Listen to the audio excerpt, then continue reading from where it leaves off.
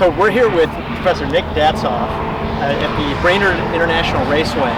And Nick, this is your car. It is. And you're known as a professor who teaches torts. And torts is about risk, it's about liability.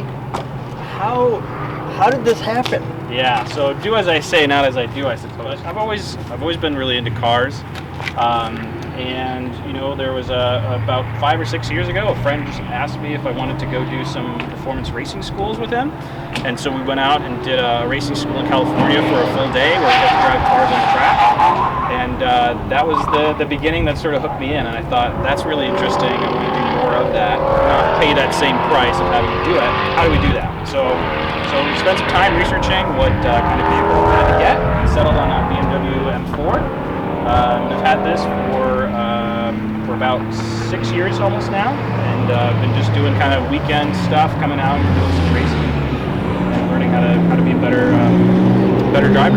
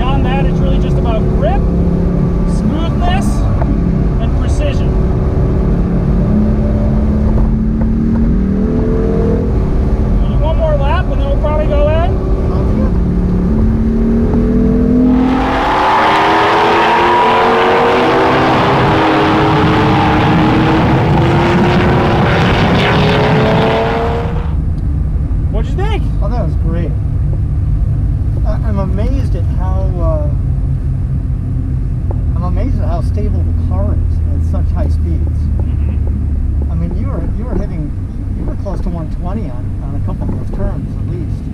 Yeah, about 135 is what I saw on that brake zone between after the banked one turn and going into two turns. So there, what you want to do is just tap the brake slightly to set the front of the car down, so all the weight is on the front of your vehicles or on the front wheels.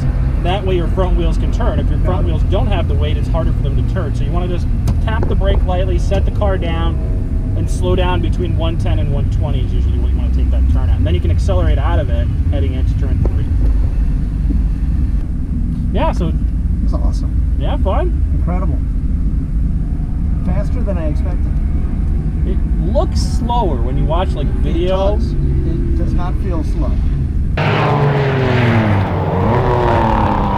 Yeah, you did great. What do you think? Way faster than it looks. Way faster than it looks. So for the orientation, I do a difficult conversations piece where we talk about what is a sport.